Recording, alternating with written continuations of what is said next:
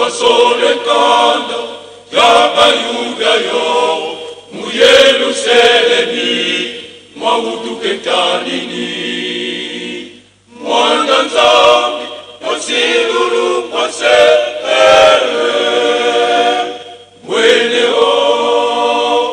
mweneo vigunza keleka zitsilulu zafumwa mezilungane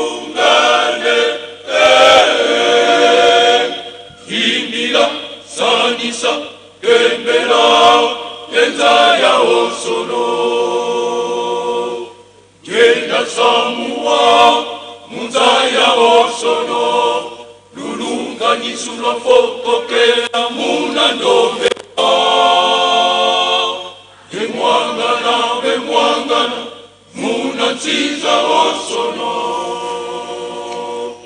mwanganise samwa keleka haleluya haleluya amen genda samuwa munza ya osono lulunga nisuka fotokela muna ndombe wa bemwangana muna nziza osono mwanganise samwa keleka haleluya haleluya amen. Bika tokubike no moko tavana sedieto kiambote munkumbwa se ye mwane tata mwanda velela munkumbwa se ye mwana ye tata mwanda velela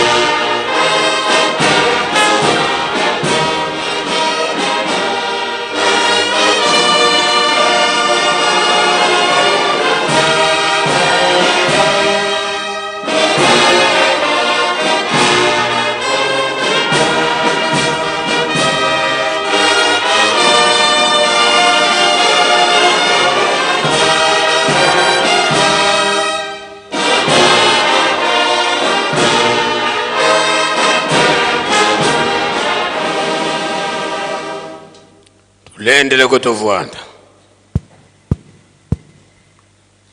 sedeto tata mfumo mbanza beto bana bakutukulombela bakafulu watusigidikisa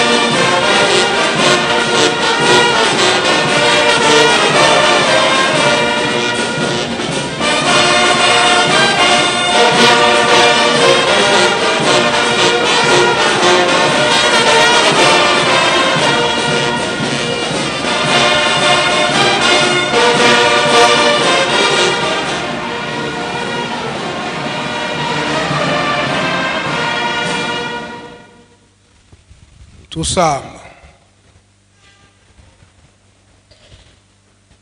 Entsambo zange mfumu wetu Yesu Kristo yo zola kwangitata nzambi wasi yo ntwadi wangitata mwanda wavelela bika kwa masigilanga muna yetu tuka kwa yelemvu se ye mwani tata mwanda wavelela. Amen.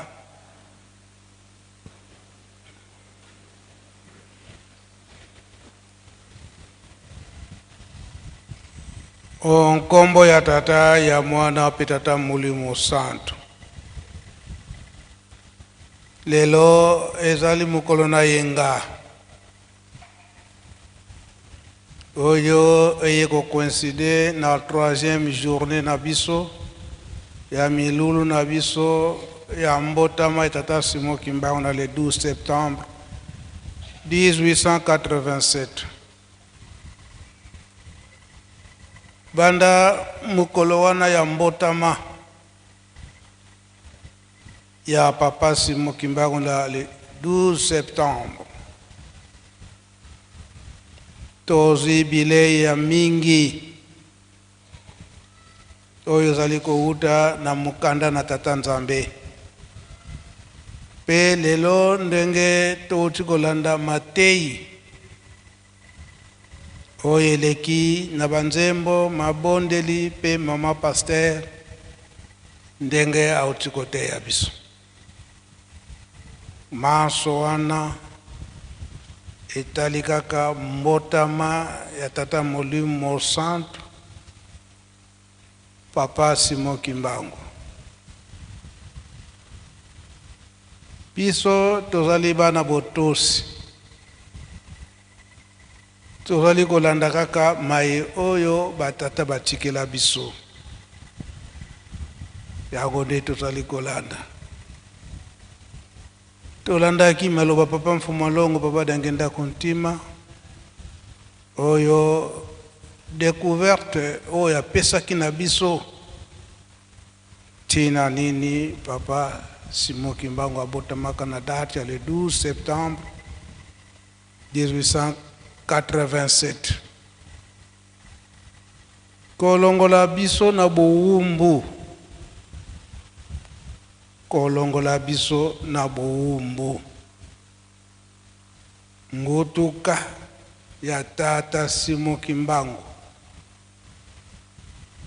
muna mvugu na nkama musi lunana ye makuma nana ye nsambwadi musongavo tukatukidi muna kiwai katusidi diaka kanga mako katusidi diaka kuna tekoko bonso butekulonga nguba tukatukidi muna kiwai. Twakatuka muna kiwai tuka muna lumbukini ke uduka tata Simon Kimbangu kansi twavutuka liaka muna kiwai twakala muna kiwai kinavo kia diambu dia tata Nzambi. Diambu dia tata Nzambi, diambu dia tata Nzambi kiwai kina kankaka kona teye unu kikina yetu muda mudianki muna ngyansika kisalu kiani muna mvua funda de mosinka pamakumole ye mosi 1921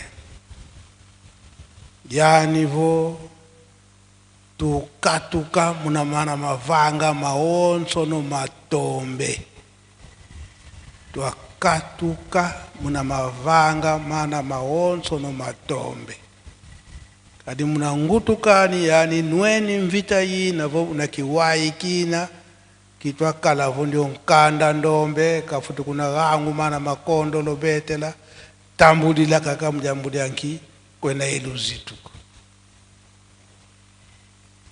kansi mnangia ntika kisalu muna mvu kama mosi louvoye makumole ye mosi yani munakiwai kina kakini tutwakatu kidibutu katuka munakiwai kya ntantu nkali ya mpemba mavanga matombe tukatula mavanga mo maonso no mambi tuzeisa lukina kisalanga mavanga mambi kuna rangi bantu mpasi kuna kangi bantu muzimpungu kanga muntu mumpungu kimbevu kikotele munitwani kakilendi mani sako kanga muntu mumpungu kalendi kwelako kanga muntu mumpungu kwelele kansi kalendi utako mana maonso no tata simo kimbangu mnangyansi kakisalu imana kasima tenge tolobi na 1887 aye kolongola biso na buwumbu oyo abandaki koteka biso ndenge esengeli kasi etekelaki oyo buwumbu ya likambo etata nzambe ya satana kolongola oyo makambo mabe oyo tokosalaka yango asengaka na 1921 na ibandela musala na ye tolongwa na buwumbu wana ya kosalaka mabe kosalasanaka mabe donc totika mabe tolanda pole kosala makambo malamu makambo mabe oyo ezalaka koyokisa mutu mpasi koteka ye ekomaki ete na makambo mabe kokanga bato na bakisi bozwi na ye emonana te ata aza kosala ndenge nini azobimisa motoki ya nzoto azwa te kokanga ba jeune garçon na ba jeune fille babala te babota te kosala makambo nyonso ya bosoto yango na 1921 yando yango pekisa totika na makambo nyonso wana kasi kino lelo oyo muke oyo bazali kotika mingi tozali kaka kokangama na makambo wana yango Papa Simon Kimbangu en 1951 tango atikaki nzoto na mulimu bulembo eyaka na bakangami to bankole oyo bakangamaka elongo na Papa Simon Kimbangu koloba ete Papa Simon Kimbangu awa tiki biso kufi na ye biso tomoni mpasi ya mpamba tokosala nini tokokende wapi yango monanaka ete Papa Simon Kimbangu ayi komona na bankole kuna na lowa apesaki bango bokasi na bokasi wana apesaka bango chapitre wana apesaka bango na moyembo ya ya David Psaume de David 129 verset 2 yango nde Papa Simon Kimbangu apesaka na bankole tokotanga na biso chapitre wana pe tokobenga bapapa Elebe na Papa Kabemba baya kolimbolela biso chapitre wana pe koloba elingi koloba nini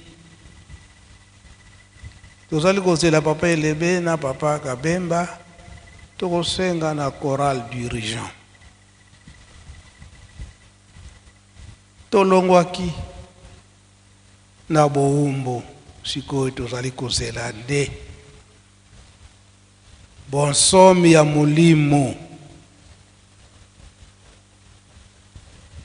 kimpwanza kya mpheve tutavingila kya nitu twatambula kanti kyo kya mwanda kya mpheve ikyau kisundidie mpasi kyau kisundidie mpasi. Choral dirigeant.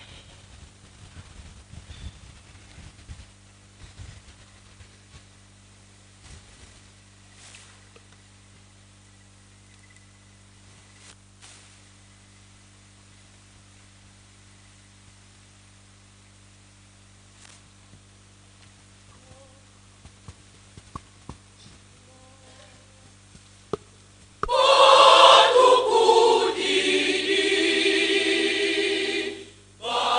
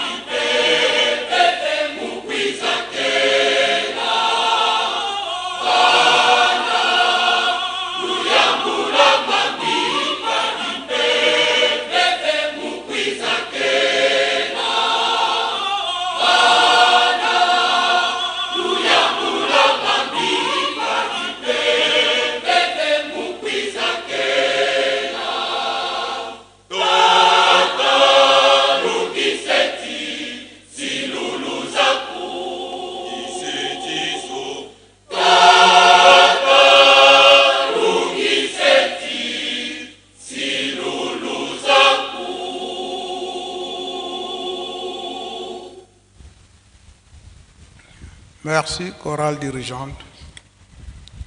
Oyo boyebi yango na lingala, boya kopesa biso explication ya nzembo. Na suka, na mpasi oyo eleki na mokili. Toza kosenga epai ya tata mokonzi ya bule. Lelo yo na nzoto ya papa Simon Kimbangu Kiangani. Ete ndenge alongolaka biso na buwumbu na 1887 atala biso bandimi mabe oyo tozali kosala yango tozomonela mpasi pamaladi ya ndenge na ndenge eza koyela biso liwa kosakana te pasi ya bozwi ekomi ya koleka mpona nini eyesi abundelaki biso banda 1887 or na molimo ye bango batindi biso na kati na bolingo mibeko misala kasi toboyi kotosa kosalela makambo nyonso misato patata batikili biso yango tala mpasi eyeli biso yango toza kolela epai ya tata lelo tata Simon Kimbangu Kiangani ayokela biso akokisa bilaka na ye oyo andimelaki biso ya kosala ete alongola biso na buwumbu.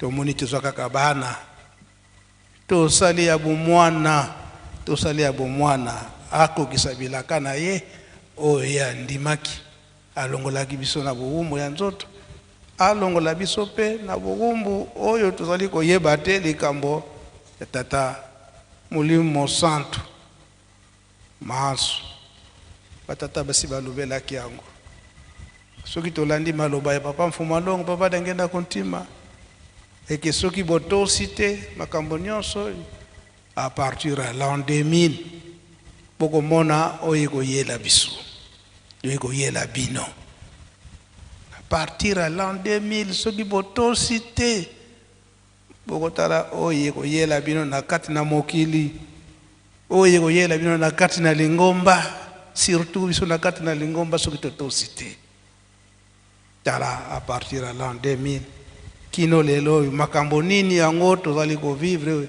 eza koleka na biso yango papa Simon Kimbangu Kiangani alobi ete action de grâce mesure de grâce mesure de grâce. Oui papa Malodi pesa biso nzembo na kombo tata mwana tata Molimo Santo mesa pa Mfuma Mbanza na kusenga biso nzembo tokotanga na maloba elobi boye basikoli biso bayindo touti musika na bowumbu toto umeli kala na bowumbu basikoli biso tozalaki na bowumbu wana couple refrain elobi boye sikoyo tozozela nini bonsomi na biso tozokozela bonsomi ya molimo makamushi mamonana tata kokisa nanu bilaka bya yo poete mipepe mabe eleki biso basantu bazali kolela maladi kufa bitumba onzala tokokende wapi sikoyo ozali kozela nini po okitisa nguya na yo na bandimi na yo bana botika mabe po molimo azali koya. Nzembo elobi bongo. Biso bato toleli na nzembo. Tozaki na bo wumbu. 4400 ans. Neto yebili yango.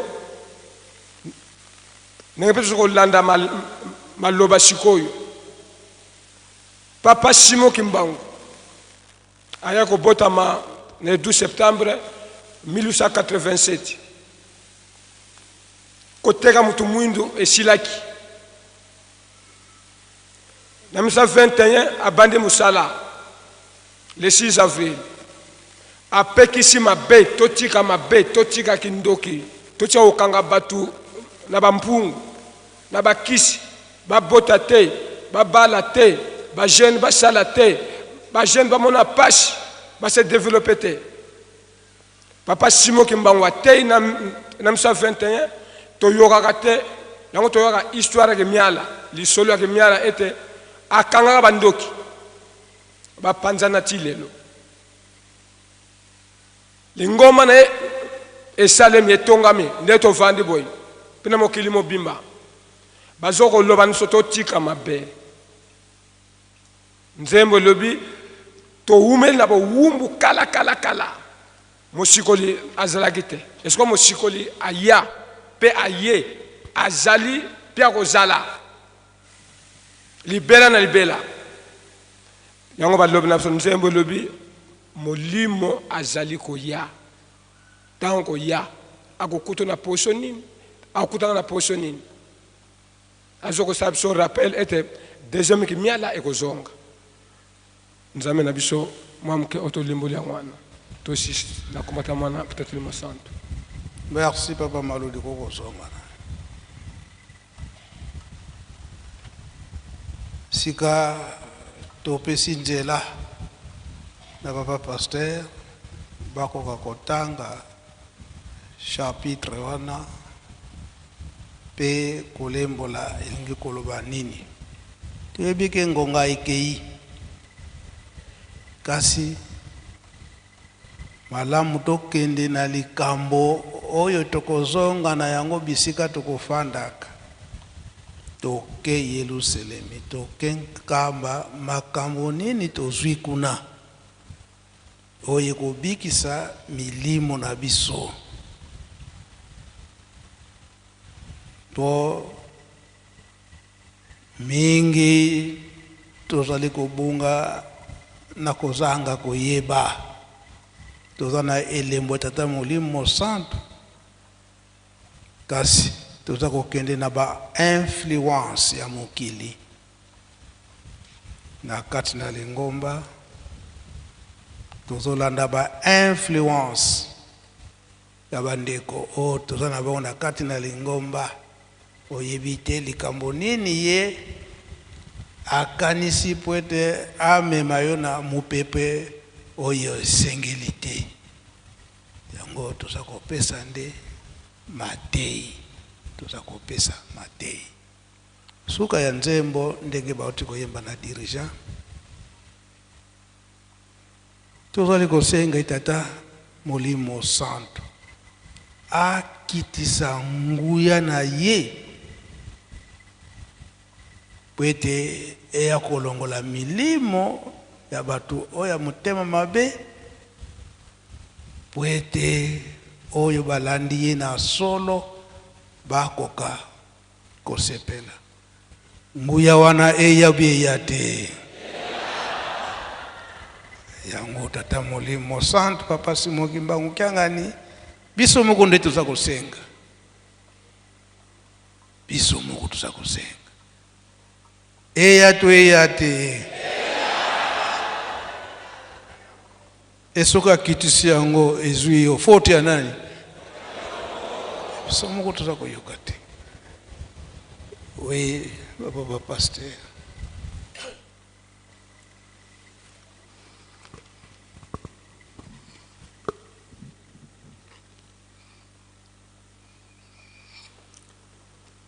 Merci Kolo.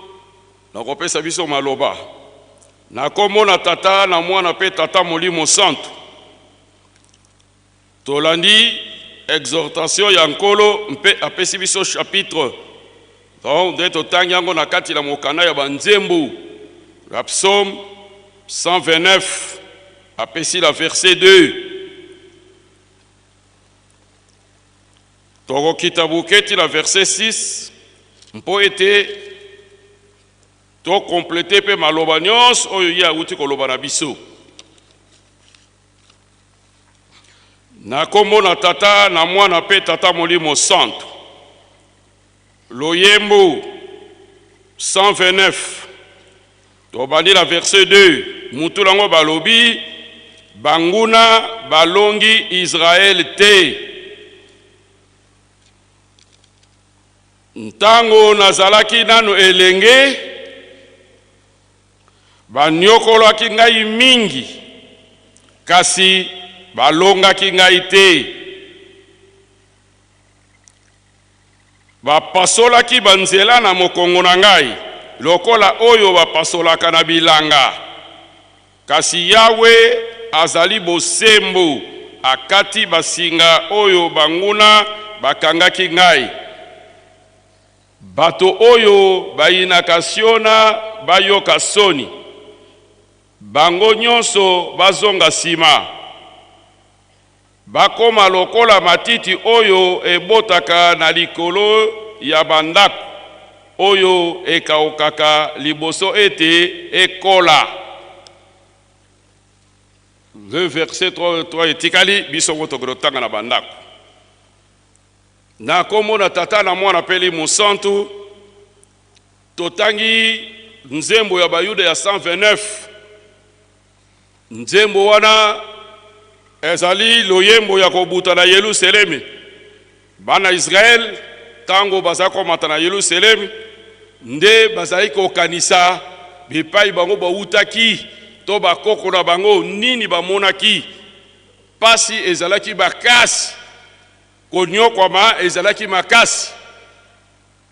Balobi kutu basalaki banzela na mikongo na bango lokola oyo tosalaka na bilanga.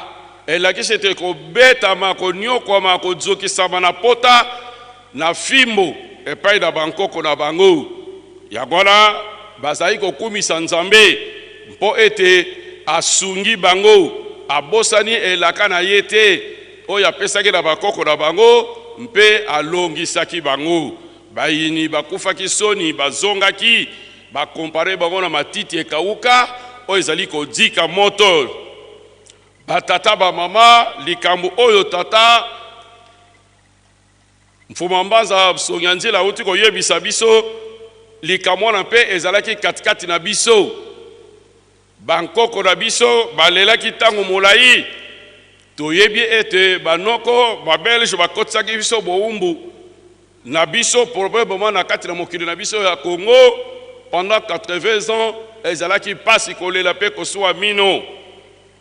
Lokola bankoko na biso balelaki bingi na pai na Nzambe ndenge akobeli biso ngo na Isaïe chapitre 19 verset 20 à 21 ete tango be Egypte bakolela makasi epai na Nzambe na bango akotindela bango mobikisi pe mobundeli oyo akobikisa bango pe akobundela bango.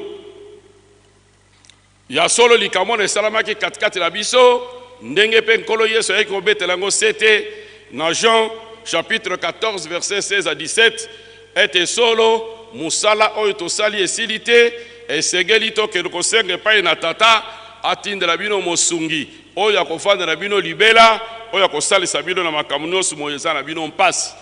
Likambo wana eyaki kokokisama epai na biso na le 12 septembre 1887 awa na mboka Nkamba na kobotama ya papa Simon Kimbangu.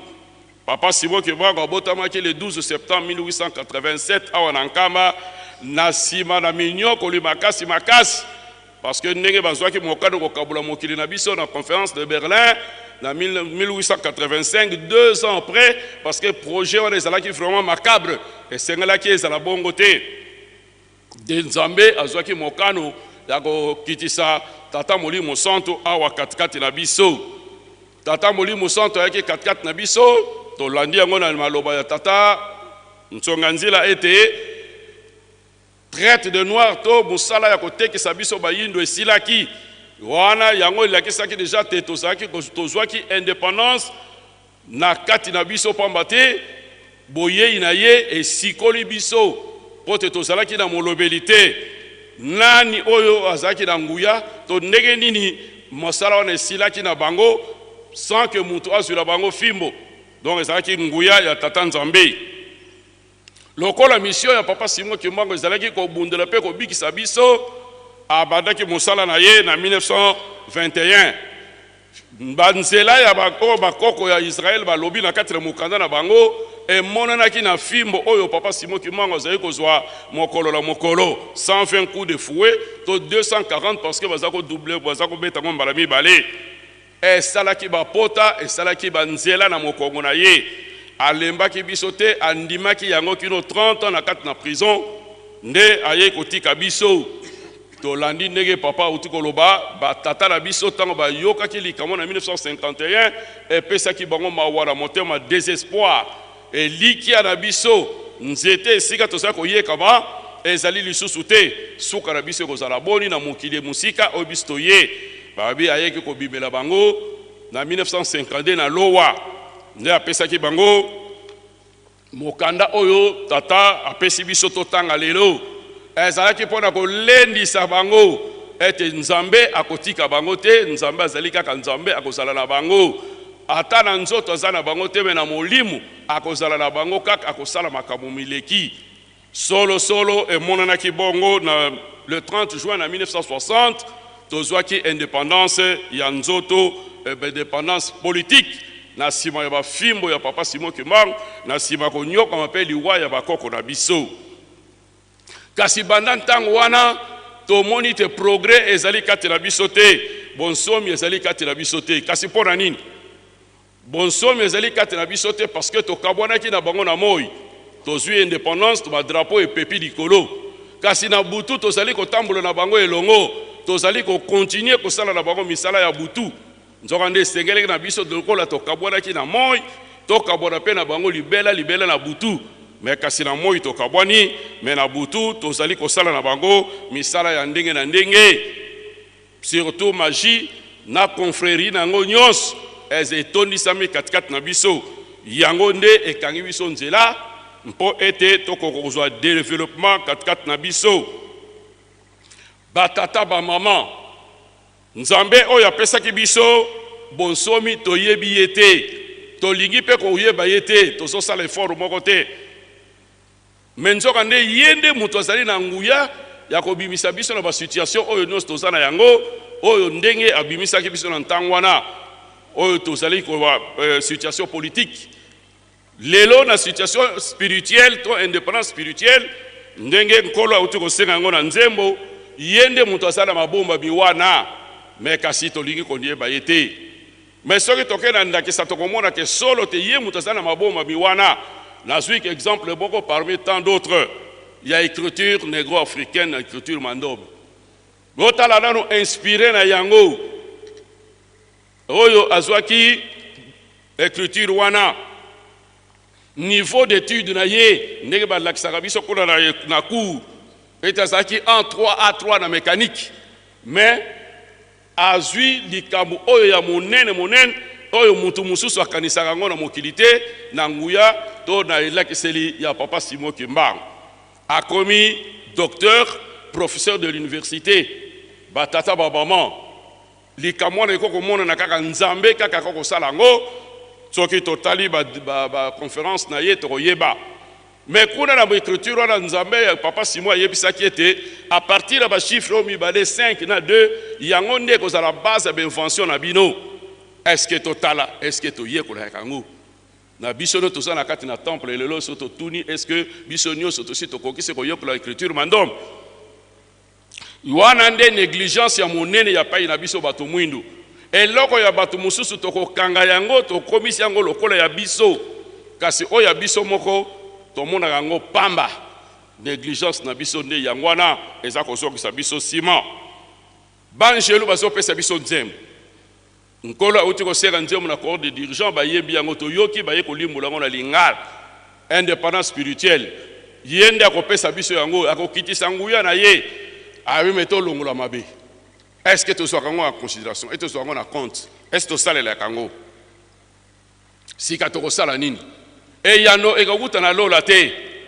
Papa mfumalongo papa diange da kontima apesa ki biso déjà e yano na mutuna wana oto mituna ka. Matthieu chapitre 6 verset 33.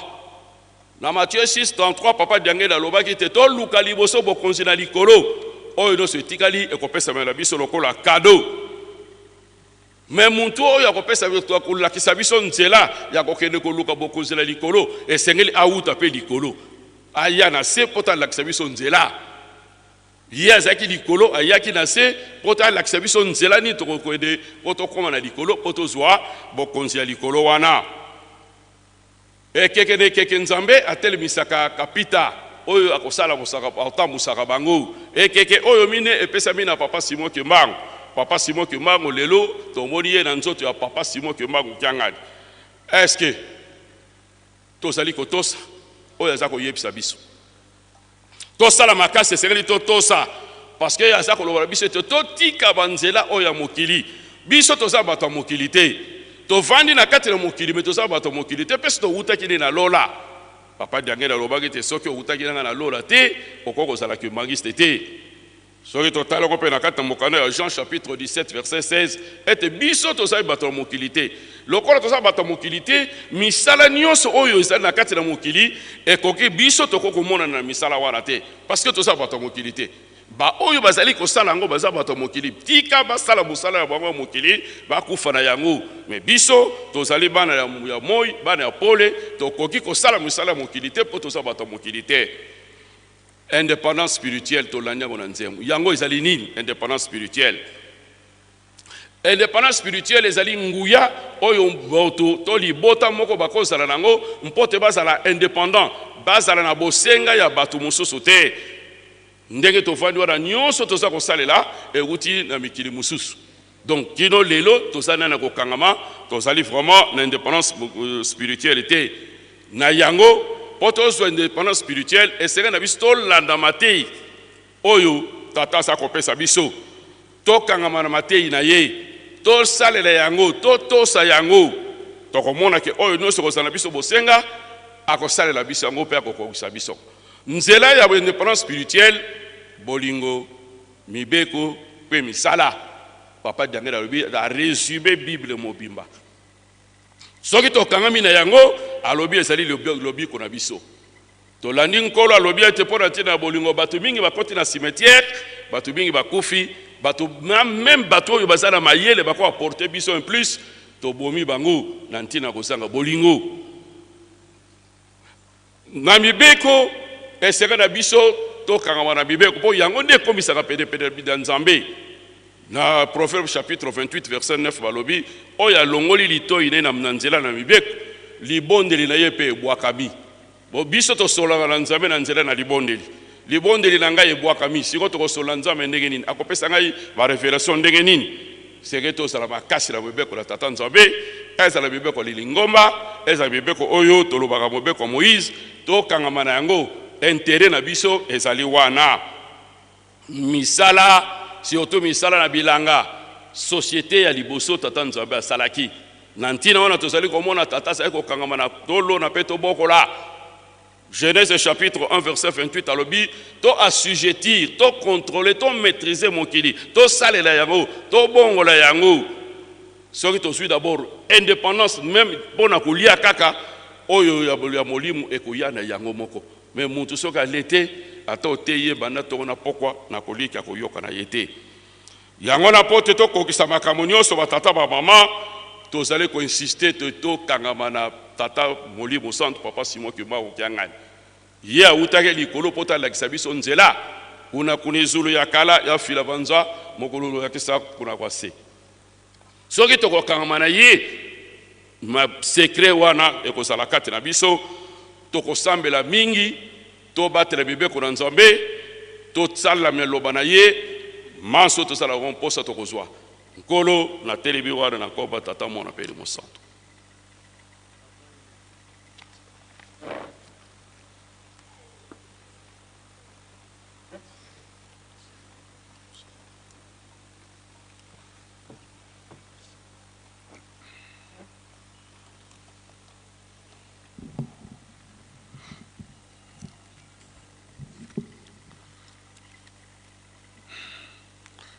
Na nkomo na nzambe tata mwana tata molio mon centre.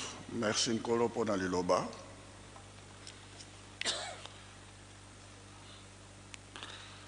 Mombo soki balobi moto azali mombo elinga oleksanini. Papa ki mangwa botami mpo alongola biso na kati na kibomo. Mombo azali moto azali ko se dépendre na ye moko te. Mombo azali ko se dépendre totalement na nkolo na ye. Aza liberté.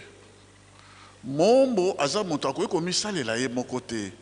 Pourquoi? À perdre identité na ye, à perdre dignité na ye, a commis simple marchandise. Bakoki koteka ye, bakoki pe kosomba ye. Bakoki kosalisa ye misala oyo eleki na capacité ya nzoto na mpe kaka na tina na misala wana mpe akufi na ye. Mombo azali moto bakoki koteka ye na mbongo. To moto bakoki sala troc. Ndenge ezalaki na bankoko na biso bautaki awa na Congo na côte angolaise bakendaki na États-Unis le 20 août 1619. Basalaki troc bakamati bato mwindo baombo bapesi bango kuna na Amérique États-Unis na Virginie na Hampton. Kuna bapesi bango los, bapesi bango filet de pêche, bapesi bango bandobo, pe bakamati bato bapesi. Donc motu a commis na valeur ya ndobo, a commis na valeur ya filet de pêche, a commis na valeur simple marchandise dignité. Bakoki pe ko changer komo na ye. Bakamati komo bapesi ye komo mususu. Azali marchandise sans valeur. Valeur na ye kaka oyo ya mbongo moto akozwa. Batata ba mama soki oyebi qu'est-ce que ba eloko nini ba bengi ki mombo.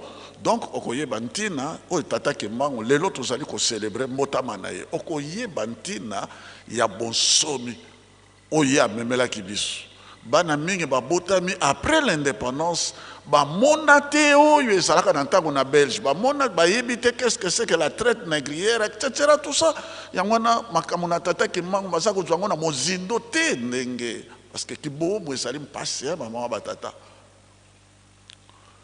bazalaki comme bankoko na biso kuna na Amérique avant bakoma na côte po baki na koteka bango azako vérifier quantité ya marchandise na ye ndenge ba pêcheur ba vérifier kambisi oyo ezali na kati na boîte azali ko calculer ba prix oyo ya koteka ba mbisi wana abani kotiala bango azali ko vérifier soko alobi fongola monoko yo fongoli batali monoko na yo ezali ya kopola abia wana ko zwata eloko moko ta beti yo coup depuis okwei na balé et puis ba rekamba leyo bakina kofunda na nani molobeli azalite ndenge pa pasteur alo molobeli azalite ba rekamba leyo soki amoni pe mon Congo na ba makwanza tout ça on oublie qu'à traverser qui ba mer et tout ça sans se laver tout ça mais mon Congo na ba kwanza tali kaka binga na kozwani na abwaki ye na balé par dessus bord et puis ba rekamba leyo océan oyo ezali le plus grand cimetière des esclaves de noirs. C'est le plus grand cimetière au monde, il y a des esclaves. Alors Moïse azalaki koloba, tango Moïse azalaki koloba, na Psaume 90 azalaki koloba, pas sûr yo biso tout moni hein, surtout lokola ba juif, ezala motobuni ezala ba juif, toboni passe. Ayi plus jamais ça. Bana na biso ba mona yango te. Yango na tata ki mango alobi biso tokokangama tokomona passe po bano bazali na sima ba mona te. Passe et tout mawana ebanda na tata ki mango ebanda na ba papa bango misato te kino na mokolo mwalelo okomona tata Simon ki mbango ki angani aza kolala o pasio ya za komona pasio yo papa mfuma mbanza azali komona sacrifice oyo nyos souci bana ba mona te pasio biso yango na papa lobaki 300 ans d'esclavage ezala lisusu te parce que esengelaki basalela biso bato mwindo ndenge biso tozala ndenge baborigène kuna na Australie mokili ezalaka ya bango ezalaka lisusu ya bango te bamindele babotola yango nyonso tu mpasi wana tozongela lisusu te. Brièvement, voilà ce qu'on appelle l'esclave. Vous êtes un esclave, vous êtes une marchandise, vous dépendez totalement de votre maître qui peut vous faire de vous ce qu'il veut, à changer comme, à changer d'identité, etc. Tout ça, vous avez liberté, passe, na passe, kaka, kolela na kolela kaka. C'est ça être un esclave, une marchandise, chosifiée, tina mokote. Bako sale na yo, oya kamati ya teki na oya teki na oya teki na oya, tout ça, voilà. Esclave. Sanza oya septembre, papa Kimbango yeko botama. Tozali na botama a memeli biso, ndenge nkolo auti kolobela biso. Sanza esclave, totanga Bible. C'est le 6e mois où ange Gabriel a yaki, selon le calendrier juif, c'est le 6e mois où ange Gabriel a yaki na maman Marie pour annoncer motama ya nkolo Yesu. Donc septembre ezali mois où tata molimo mon santo ndenge ange Gabriel molimo mon santo akoya epai na yo mpe okozwa zemi mpe mwana kobotama wana kozala mon santo. Lelo tata molio mon santo ye moko alati nzoto na 6e mois yango mois oyo. C'est le mois de la conception immaculée du Christ. Donc nous sommes fêter le 25 mai l'année prochaine Noël mbotama ya nkolo. La conception part de septembre, le 6e mois. Donc ce mois, c'est le mois où il est impossible, il y a passe et ça dit comment possible. Oyo batu bazako longwa na kati na molili bake na pole ndenge nkolo awuti koloba. Oyo batu bazali kolongwa na kufa bazali kokenda na bobo. Boyo bazali kolongwa na bilakeli mabe bazali kozwa lipamboli. Sanzo ya septembre ezali sanza oyo yangwana tomoni pe papa dialungana asopi makila na ye kuna na madimba na mois oyo ya septembre, le 28 septembre. Et si vous voyez ezali mpe bandeli ya procès ya papa Kimbangu kuna na Mbanza Ngungu. Makamu nyonso to ekenaka juste. Donc ezali sanza oyo ndenge nkolo alobi tozali kozwa mate tozali koteya en profondeur. Pourquoi plus jamais ça makambo wana esalamela biso lisusu te. Yangwana papa Kimbangu akena koyebisa bango ndenge batangeli biso na psomo wana ake koyebisa bango alobi pasio biso tomoni ya mpamba te banyokoli biso kasi balongi biso te apesi bango espérance elikia. Bosomi ya molimo ezali ete mutu azali kozwa makoki, la capacité, la maturité de dire non au mal. Il faut mutu azwa capacité, azwa nguya aloba non. Likamo ezali mabe nakoki kosala yango te. Okoli na molimo okomi maintenant libre ya jugement. Oyo ezali mabe na kosala yango te. Ata esali yo passe tu dis non. Je fais pas ça. Omoni to perdaki tata molio mosanto aye mpo azongisa biso na esika oyo biso tozalaki ya yambo, le paradis terrestre, la nouvelle Jérusalem, l'Éden. Mais likambo esala baka kuna nkoko na biso bazalaki na capacité te ya koloba non na Lucifer. Ah, pesa kaka nalia ale tango ya ale makambo nyonso to e baby. Donc biso bakimangiste mateyo yo papa bazali ko pesa biso bazali ko préparer biso à un grand événement, le retour à l'Éden, le retour au paradis terrestre, le retour na tozala ba citoyen ya nouvelle Jérusalem, Jérusalem céleste. Préparation, il faut ezala makasi. Donc bazo préparer biso. Indépendance spirituelle totangi kuna ezali eloko lipanango batezali eloko. Il faut tozala na capacité de dire non. Il faut nanzout kolo batekinga nazali jeune. Il faut nanzout ozala libre, d'abord pardon ozala libre. Sokotali na kamate exemple Genèse 39 verset 7 à 12. tala Joseph mwasi na Potifara patron de naye biloko nyonso tu abi to sangisa nzoto na yo o nyonso to ezali ya yo alobi non bon koko biso to salaka yango te indépendance spirituelle tozali kozonga na bon koko ya tata kimbangu bolingo mibeko pe misale ko kozala slogan te non je ne le fais pas botanga bino moko Genèse chapitre 39 verset 7 à 12 dit non. Mais c'était une très belle femme, une très jolie femme. Et ndako kitoko biloko nyonso tout sangana, tout ça c'est à toi. Dit non, je ne le fais pas. Kimbangiste, il faut qu'on ait la capacité de dire non. Nako sale kobote, nako yibate, nako bomate, nako sala mabete, ndenge nkolo alobi, misala o ya molimo, nzela mokuse, non, je ne le fais pas. C'est cela, l'entrée à l'indépendance spirituelle. Non, je ne le fais pas. Soit $100, non, je ne le fais pas. Tata na biso bon koko na biso makambo yo ezalaka na biso te oboyi pe oboyi tozala lokola Daniel na Daniel chapitre 6 verset 10 à 29 balobi yo bosambela kaka nzambe oyo ya Beldatsar ya mokonzi abite ngana kosa ngai na kokumba maikeko wana te okokuma mate bato nyonso to ndenge nkolo alobaki bato moke bazali na botosi mais ebele na bato bazali na botosi te abi non je ne le fais pas ebemaki akino na kati na libulu ya bankosi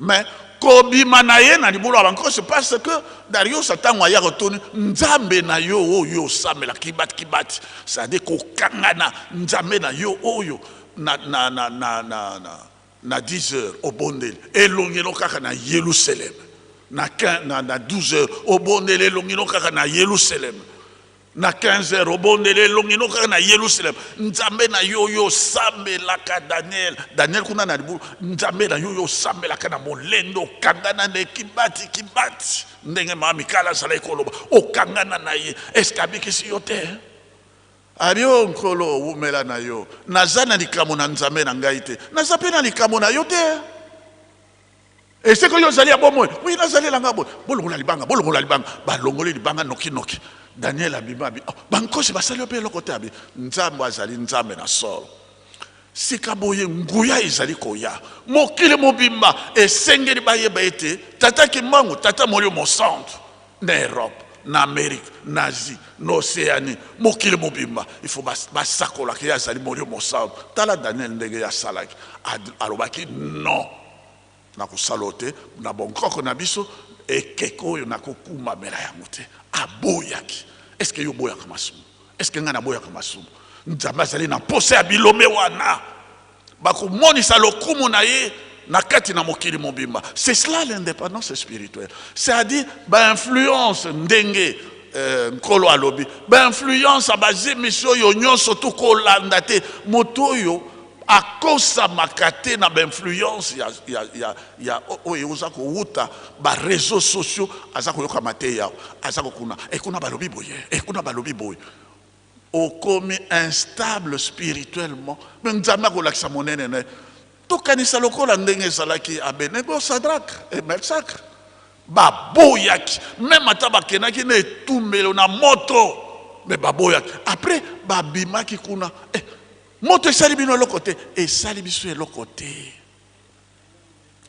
abi nzambe na kati na mokili tokosambela nzambe mosusu te obele nzambe Abednego Sadrak na Meshach kibati bakanganaki motu tango biso tozwi indépendance politique batata na biso balobaki biso totonga lingomba et totonga Yerusalem biso nyonso tu elonge na biso totalaka Yerusalem alobi nini et Yerusalem yango yo nde mokolo malelo tozali tata Simon Kimbangu kiangani na motema na yo. Est-ce que tata Simon Kimbangu azali na kati na motema no solo ndenge Bible lobi? Est-ce que tu fais de ton Dieu te délice? O sepelaka na ye, o kangana na ye, o zali bomoko penza na ye.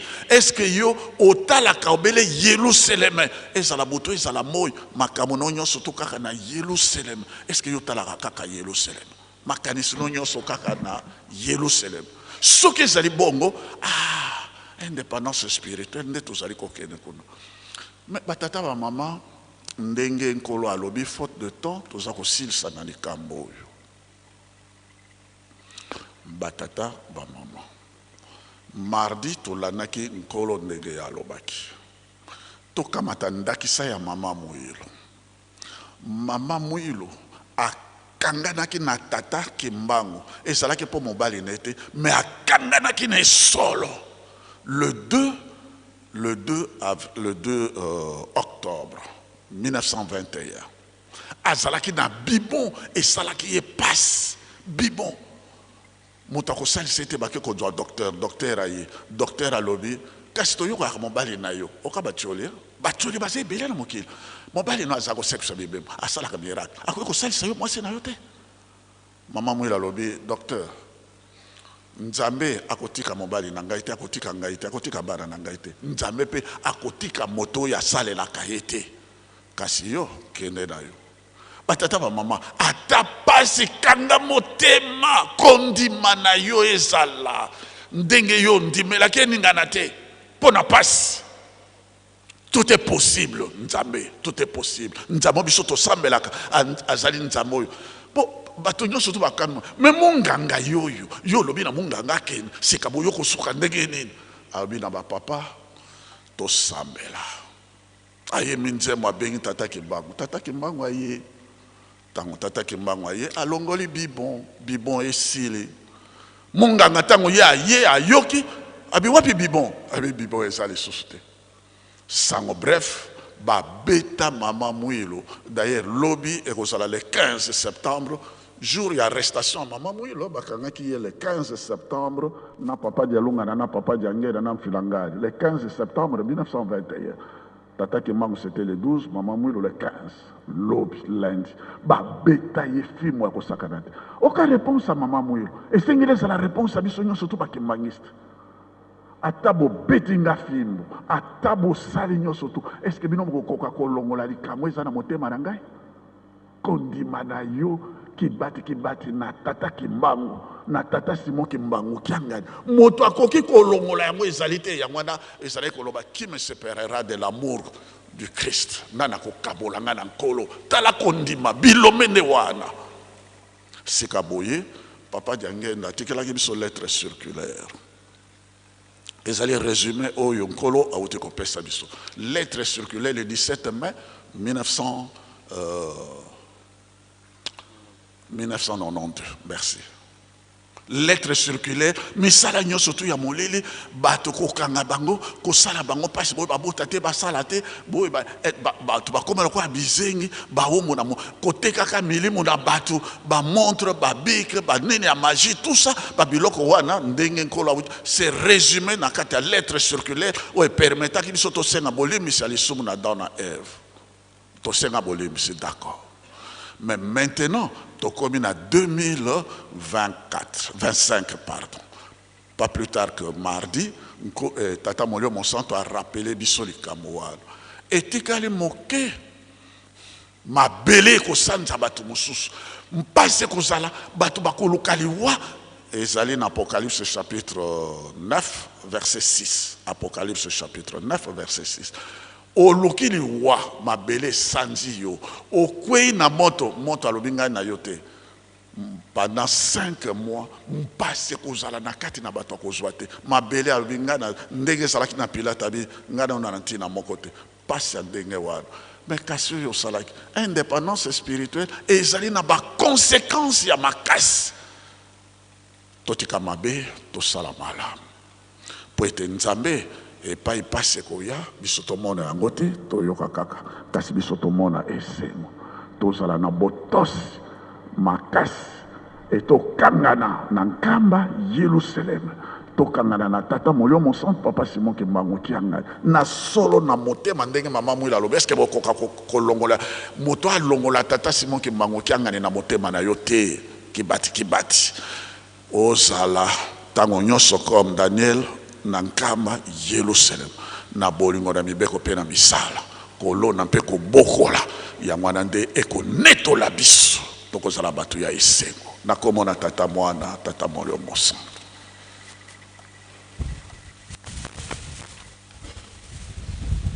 Merci papa pasteur bowi kozonga na bino. Manso wana pwetezwa bosomi ya mulimo tozala makasi na mabondeli. Na mabondeli pe topesana pe maboko. Po mingi bazali ete bazali ya kokangama na minyololo ya satana bamipesi mingi na oyo pe etali ya mabe bisengo ya mokili topesana maboko na mabondeli oyo batata batikali kolakisa biso yango nde tozali koloba oyo balakisi biso te tokoki kosalela yango te. Papa Mfumalongo papa diangenda kontima aye koloba ete likambo oyo nakolakisa bino ete na mboka ya Angola ezalaka tango nyonso na retard ya likambo ya tata Molimo Santu kasi nzoka nde pe bayebisaki bango wana papa diangenda oyo etali bozwi bozwa na yango yebele ya mingi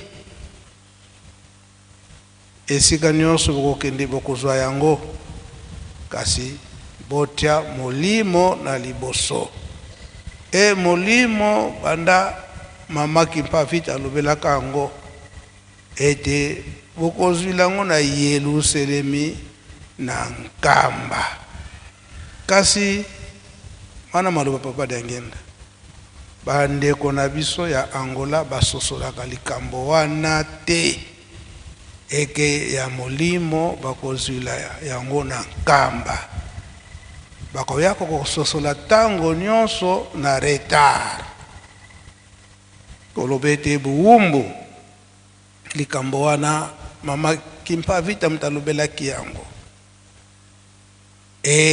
okulandela yango na Yerusalemi bayebi yango malamu ndakisa wana papa Mfumalongo papa diangenda kontima ye banda na 1931 akendaka na mboka Angola na mbanza Congo kasi oyo bakendaka na ye noko na ye tata Lukuba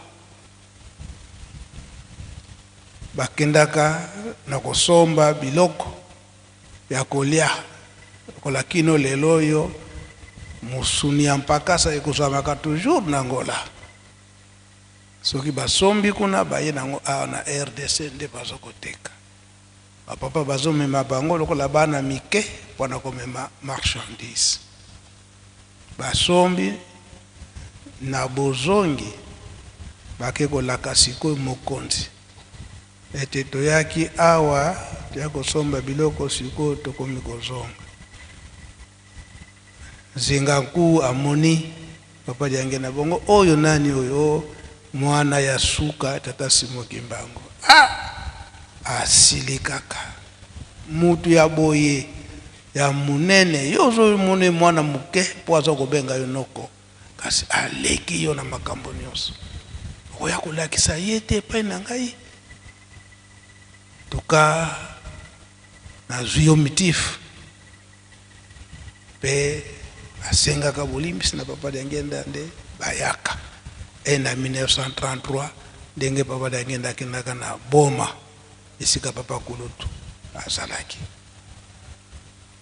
Mais lokola likambo wana yango tokomonaka solo tolongwaki na Buumbu na 1887 kansi Angola ezalaki toujours na Buumbu pona nini basosolaki likambo tata Molimo Santu te oye utaka pai na bango.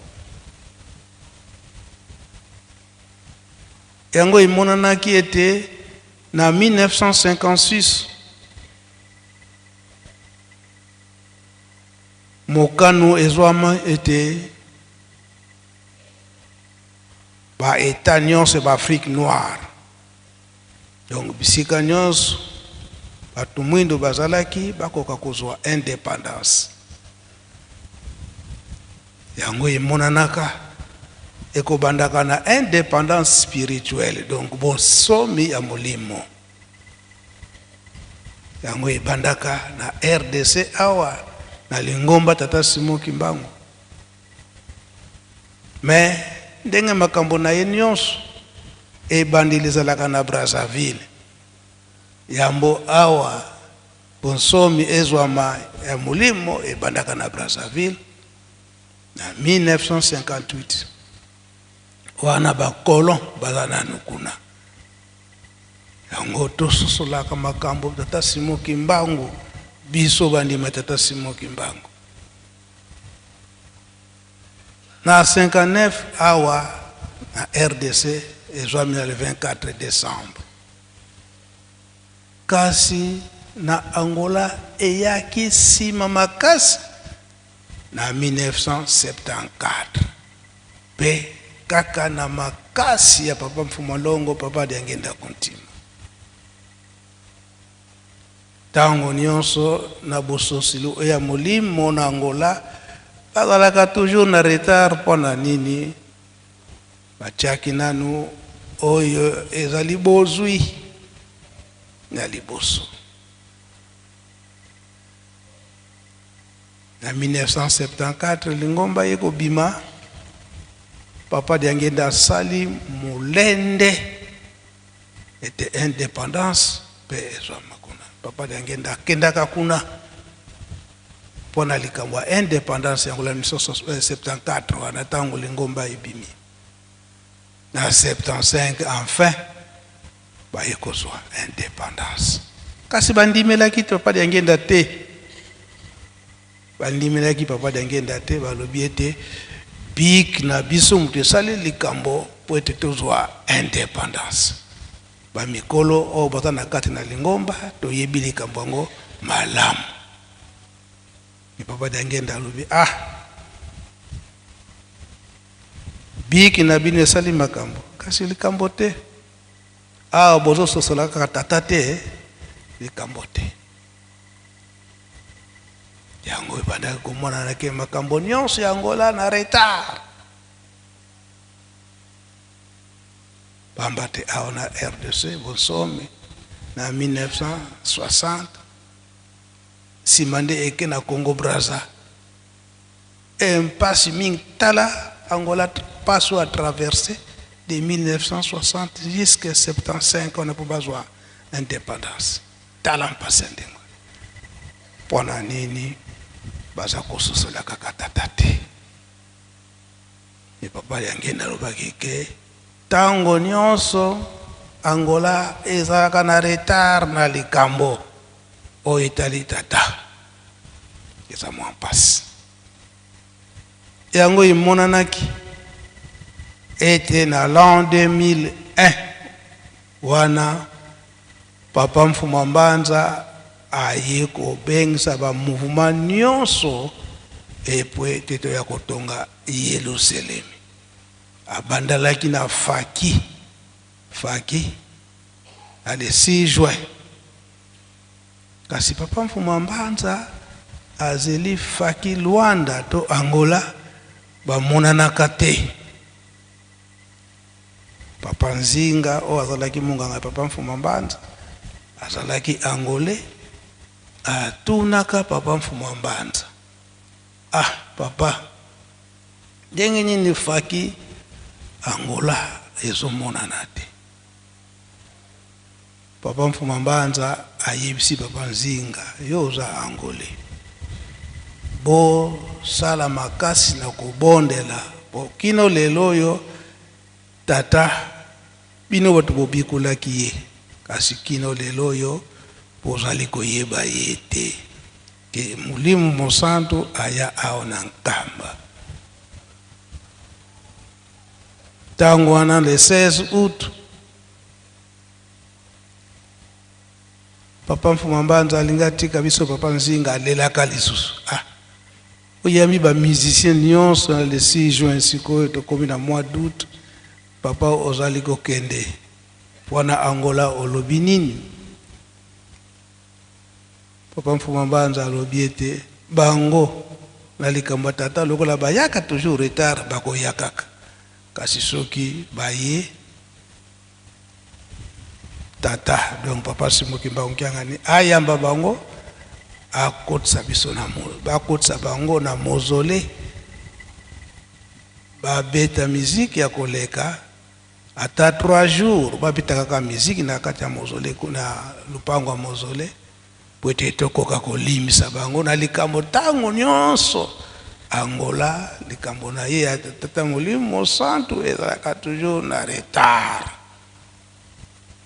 bakososolaka likambo ya tata toujours na retard. Faki Luanda oyo bazalaka na tango wana bayebi likambo yango malamu nyonso wana. Lelo toza na papa Simoki Mbangu Kiangani, tozala pembeni na ye tango nyonso pona botongi toyoki ndenge akateli biso ndenge nini tokotonga toyoki ndenge papa Mfumu Mbanza alobaka abandeko na biso faki ya Angola. Donc tolinga te awa papa Simoki Mbangu Kiangani akateli biso bandako kotonga tozala na retard wana biso tozokomona mbongo tango nyonso, kasi likambo ezali ya Molimo na tango toza kopesa retard na misala oyo papa Simoki Mbangu Kiangani azokopesa biso moko tozali kompesa retard na likambo tata Molimo Mosantu to likambo tata Nzambe. Tozala kaka ya bokangami kaka na makambo nyonso misato bolingo mibeko pe misala onkomba tata mwana tata Molimo Mosantu. Amen. Bika twakubike no moko twatonda lusia musu tutambudi kwa tata Nzambi muzola kwa seye mwana ye tata mwanda velela munkumbwa se ye mwana ye tata mwanda velela.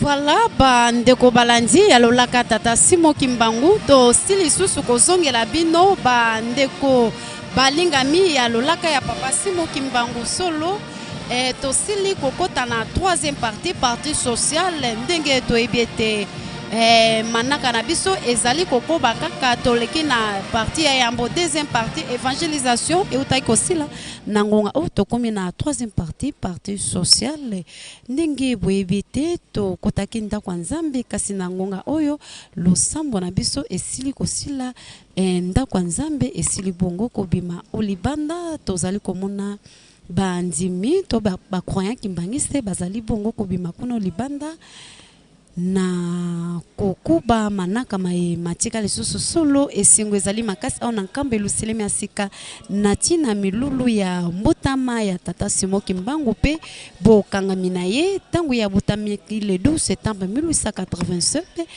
akolaki kasi ayaki pe kokangama kaka na date ya le 12 septembre 1921 yango ezali milulu me mipesa mela et pas bande ko na biso libota ya le 12 septembre ba tozali kobenga ba Croix Rouge bescoute na chorale ex lopori pe bande ko na biso chorale ya centenaire bandeko ya Brazzaville ba tokobenga kamingi chorale se bango ba utaka kuna na ngambo ya Brazzaville nde singo toni sami makasi au na nkamba yeluselemi asika nazalinga imete ndenge boyoka kibiso tozali babale longona papa Jirens Manzambe ye akoyeba ko yanola bino na lokota ya lopoto mai mazali koleka na nkamba yeluselemi asika papa Jirens. Merci Maman Olive Kassa, très chers téléspectateurs de la radio-télévision Kimbangiste. Ainsi prend fin le message de conseiller direct Papa André Benza Kiangani, conseiller direct de chef spirituel et représentant légal de l'église Kimbangiste. Nous le savons très bien, le culte dominical a été commencé depuis 9h30 comme l'habitude. Ainsi, nous avons suivi tous les programmes qui ont été déroulés ici en Kamba, Nouvelle-Jérusalem, en commençant par les chants d'ensemble, tout ça, les prédications, et ainsi de suite, et jusqu'au moment où nous venons de chuter surtout sur le message très fort des conseillers direct Papa André Benza Kiangani. Comme on vient de nous dire que